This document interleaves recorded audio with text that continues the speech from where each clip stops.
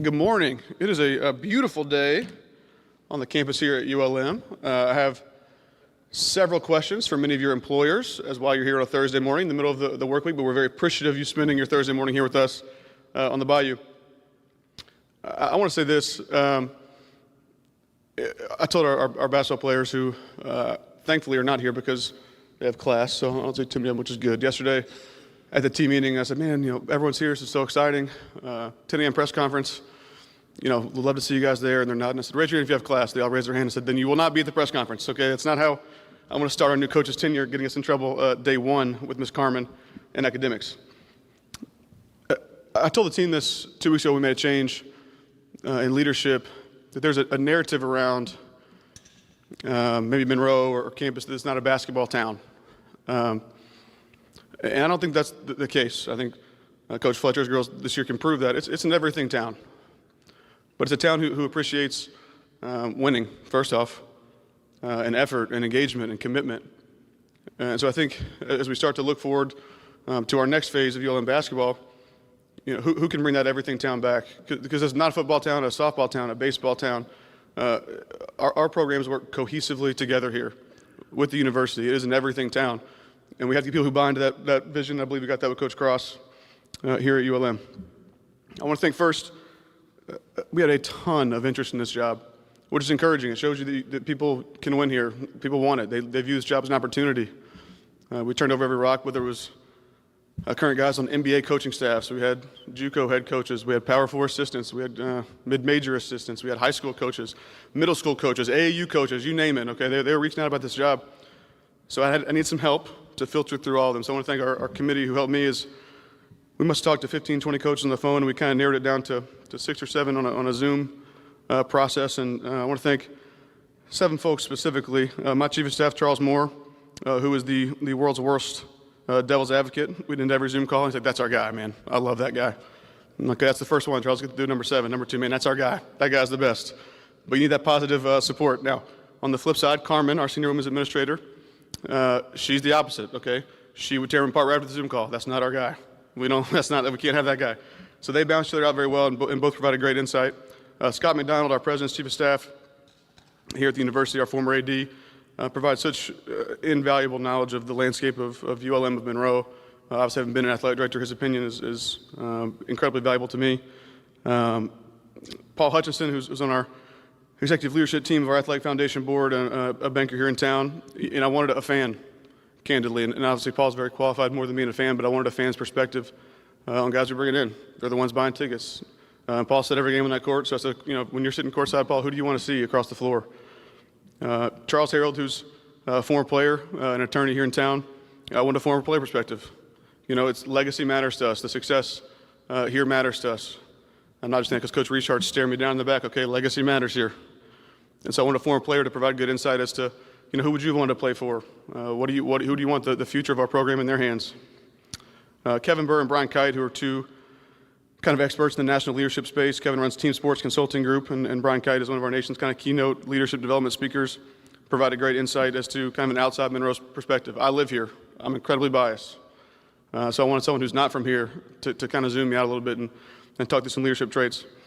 And as we narrowed down to 2 or 3 guys that came to campus, obviously the most important interview for all of us, and this from me especially, is our president, Dr. Castile, who I'm incredibly appreciative and grateful, who trusted us to make the hire in-house in athletics, certainly. But we're not bringing anybody in here who does not appreciate her vision for this university. We're going through a lot of great changes here, and for us to be successful, everyone has to be aligned. And candidly, I love bringing candidates to our house because you can learn more about them from how she questions people than probably they do with me. And she was an invaluable resource as her opinion on leadership and development and how campus would fit into our university. And with those kind of traits and buy-in, we filtered through 5 decisions. 1, do they love college kids? In a modern day of transfer portal and all that kind of mess, it's harder than it's ever been to really build relationships with college student athletes. You got to love them. Do they love this place? Okay, I've said from anyone that'll listen, if you don't love Monroe and want to be here, we're not going to bring you here. It is a great place to be, and anyone that views it as a stepping stone or, man, I got to grind it out there, they're not for us. Do they love to play fast? Do they want to score points? How's the offense? Every person we interviewed at any level says, I want to play fast. Great, Coach, how? Tell me how. Coach Cross came with a great plan. Here's how we do it. I'm not going to take his thunder, okay, but he has a great way of scoring points on offense. Are they flexible on defense? Can you play multiple things? Can you go man, zone? Coach Cross has been one of the best in the country in changing defenses at UAB and his time as a head coach and his time Coach Richard here.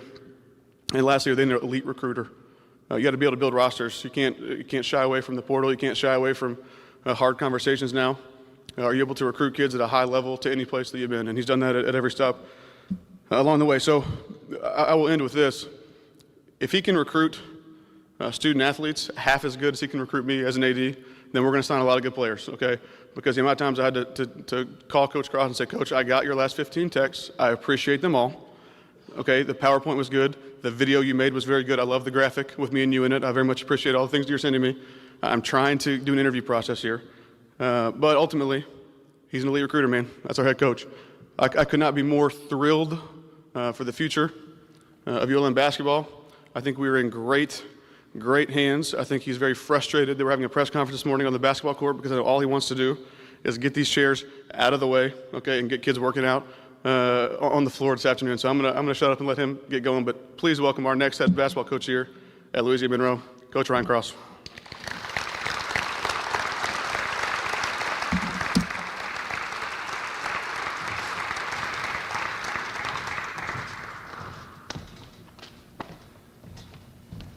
You know, jokingly, but I was serious. I told SJ, I said, I think it was a week or so ago, he said, will you leave me alone so I can do my job? And I said, well, that is my strategy. I'm going to harass you till I wear you down till we get this done. But on a serious note, you know, I want to thank SJ and Dr. Castile for this opportunity.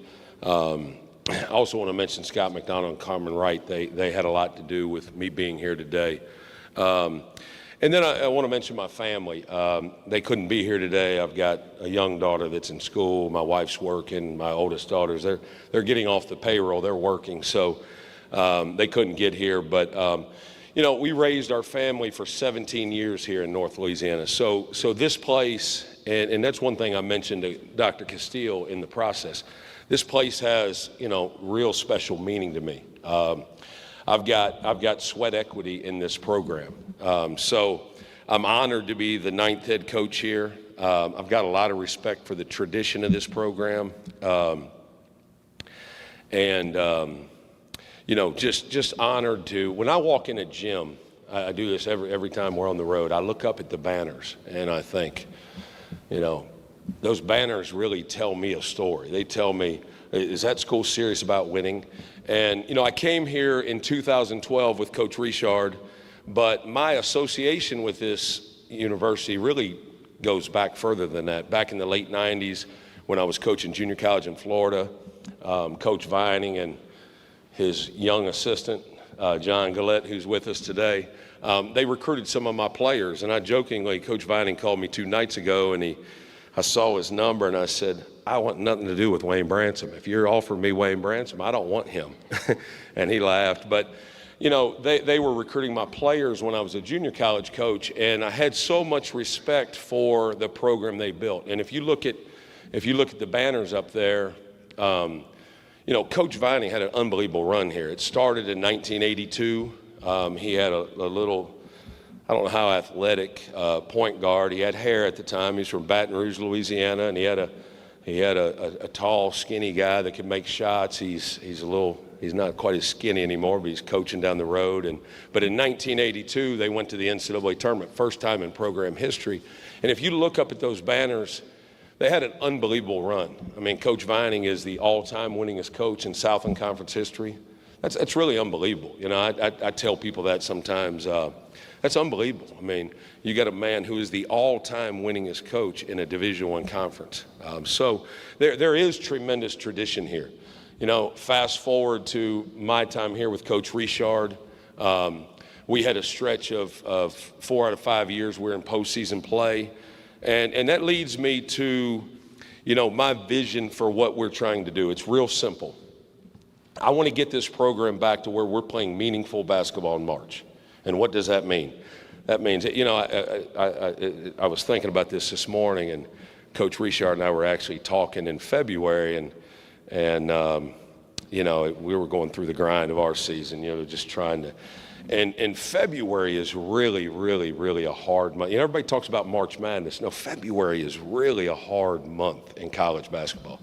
And we were talking and laughing and joking, but that is my vision for this program, to try to get it back to where, you know, come March, it's March right now and everybody's excited.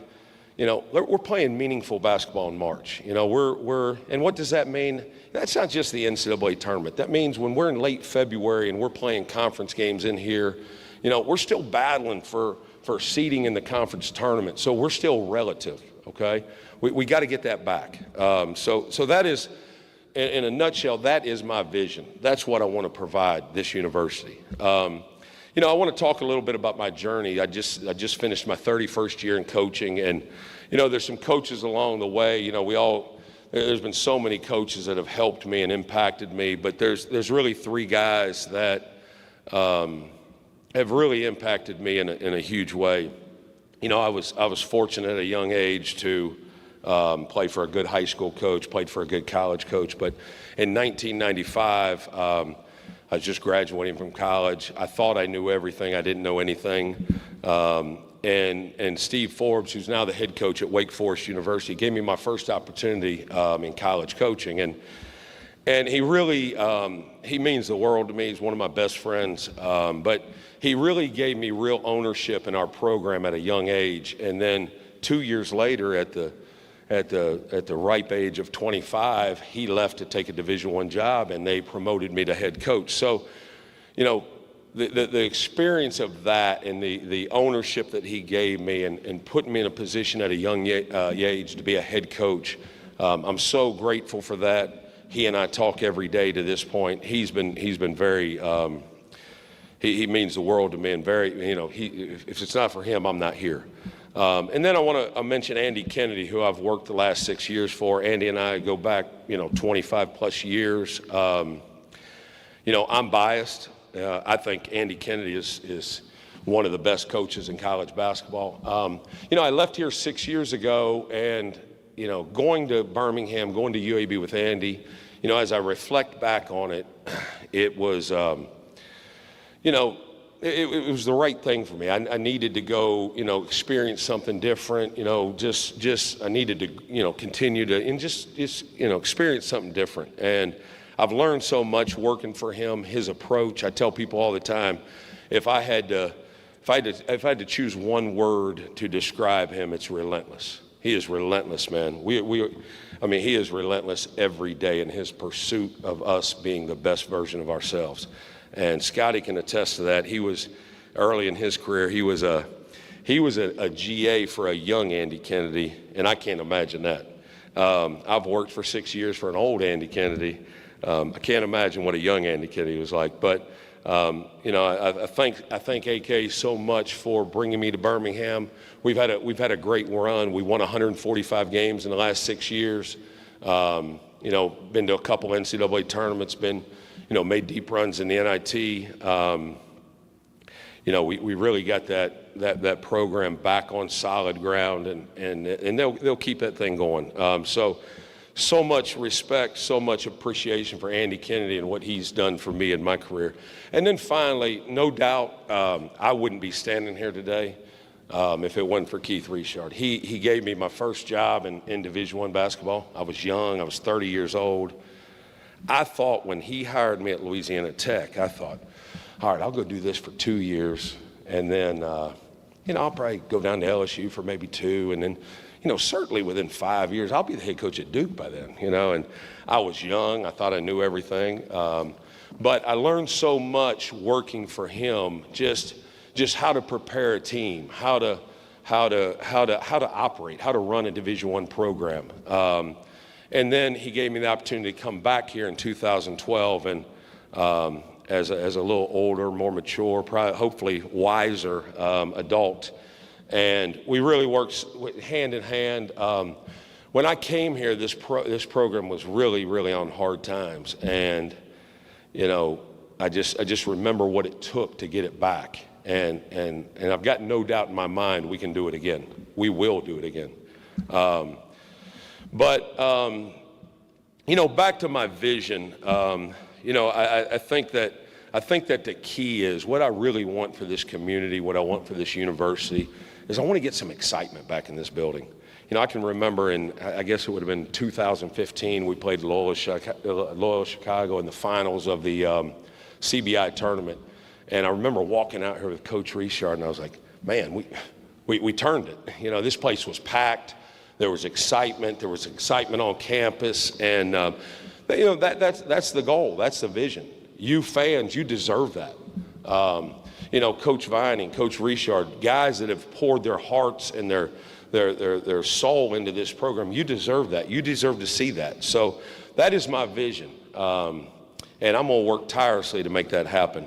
You say, well, how are you going to do that? Well, I think first of all, it's important that we assemble a staff and players that our visions align, okay? And my vision is real simple. We don't have to get the best players. It's not about recruiting the best players. We got to recruit the right players. I think back to some of the guys that played here while I was here that were good players. I see Langston back here. But Tyler Ongwai, Majuk Nang, Justin Roberson, Nick Coppola, Travis Munning, Sam McDaniel, Deshaun Smith, Mike Earl. Those guys were all conference players, but they all had one common characteristic. They had a tremendous care factor. And I think that's so important, man. They had just elite care factor. So we want to find the right players. I want to find the right staff. If their vision don't align with mine, that's fine. I get it. I'm not for everybody. But we're going to find the right players. All right? We're going to look under every rock across this country. I know a lot of people talk about, oh, you're going to recruit local. I would love to recruit local. Absolutely. I'd rather drive down to Carroll High School than drive to Dallas, Texas. But it's important. It's my job. It's my vision to get this thing back off the mat. All right, we got to get the right players in here. Players ultimately win championships. So we're going to recruit the right players with a goal in mind of everybody being the best version of themselves. Okay, and when you do that collectively, you do win. As far as style of play, I've always thought, what am I going to say if I ever get my chance at the podium? What am I going to say about style? And I think a lot of coaches. They just try to win the press conference. It's just coach speak. And when SJ asked me about style of play and Dr. Castile asked me about style of play, I said, I want to play a winning style. I want to play a style that wins. Ultimately, when you leave here, when you buy a ticket, I want you to leave here and the Warhawks won, okay? And a winning style is one that, your talent, your personnel dictates how you play. For example, at UAB, we've had teams where we had a little 5'9" guard, Jelly Walker, who was one of the leading scorers in the country. Well, he made 150 threes and missed 6 games. So what we ran with him was different than what we ran when we had Yaxel Linderborg, who was a 6'10" power forward.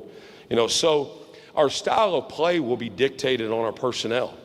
And we will play a style of play that fits our team and that leads to winning. There's some areas that we place, a huge emphasis on at UAB that I will bring with me. Andy talks about winning the margins. We had a team this year.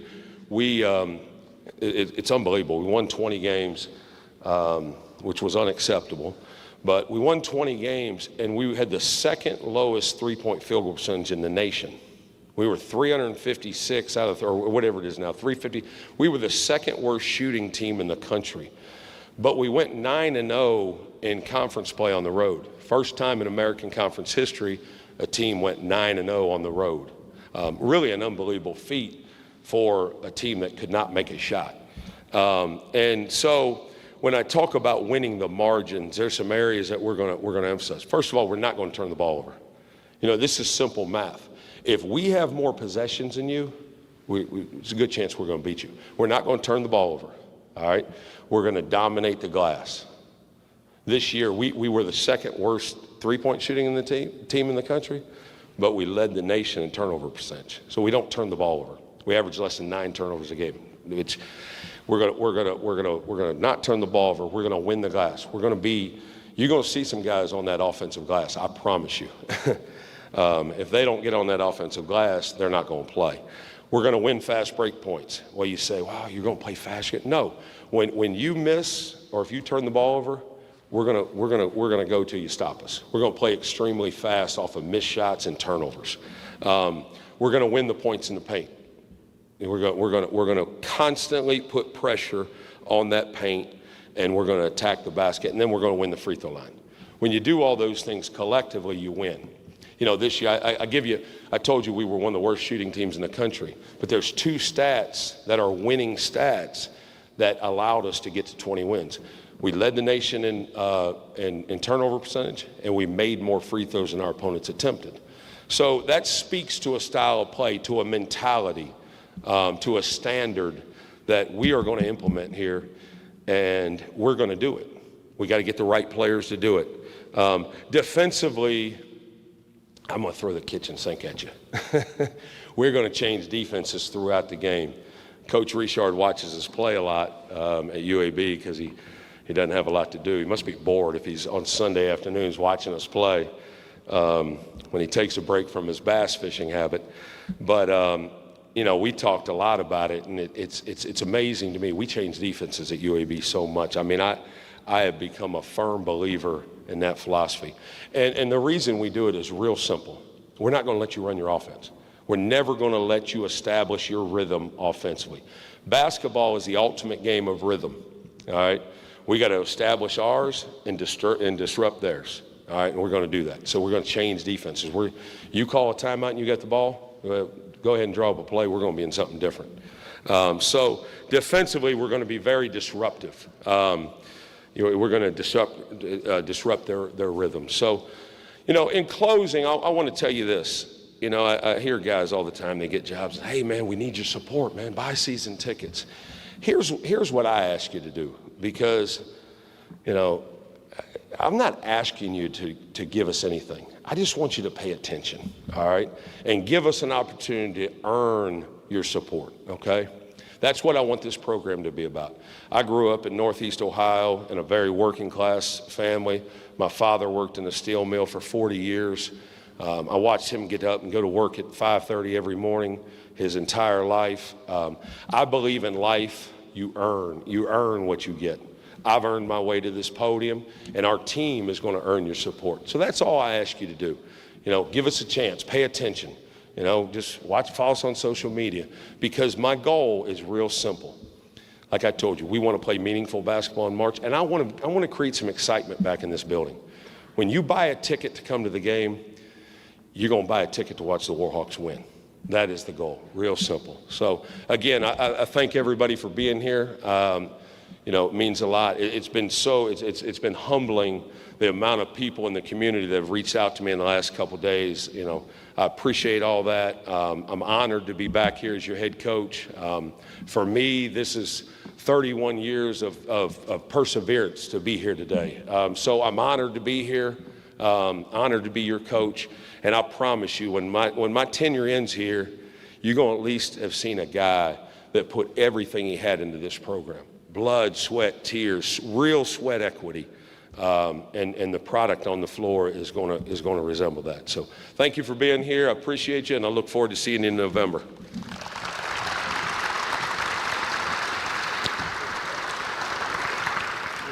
This side here. I don't think this thing's going to fit.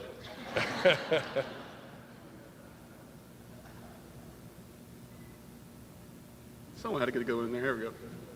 Thanks, Coach. Appreciate you. We'll get you a big one. Yep, I'm gonna need a triple out. One group I should have shouted out, and partially because he was part of our search committee, our women's basketball coach, Scotty Fletcher, maybe the only women's coach in the country who I would make come up here and talk basketball with all these guys that came up. And whether it was 6 a.m. or 8 p.m., Scotty was in the office, and I would ask some easy questions, and he would throw some hard ones at him. And I'm appreciative of him. Coach Molly Figner, our softball coach, being here, big series this weekend at home against Lafayette. Come out and watch them play. Even more important than our football coach, who's currently at spring practice number 5, is our football coach's wife, Miss Holly Vincent here, so she gets credit for showing up because he sent, a round of applause. Thank you, Miss Cindy. And our former head coaches, obviously, we mentioned Coach Richard, and I see Coach Vining in the front. I know a lot of our coaches are on the road, but I told them all, man, we're going to bring in someone who fits in with that group, so we appreciate it. Coach Cross may not ask you for anything, but if you didn't see on the fine print, if you're here, you've already committed to buy season tickets for next season. So thank you very much for your support in doing that. Thank you all. Boom, Molly, there you go, 400 down. Perfect. On to the next. And Coach Cross, you should have thanked Tommy Wapple in the back because that nice place on campus you're staying at, he's provided there. So I thank him for being here too because we need that living. Coach Cross bought some chicken biscuits for everybody, okay, for his welcome. So if you'd like to get one before you leave, right back here in the basketball hospitality room, feel free to grab some chicken biscuits and coffee. Thank you guys for being here. Very exciting times, man. Go Warhawks.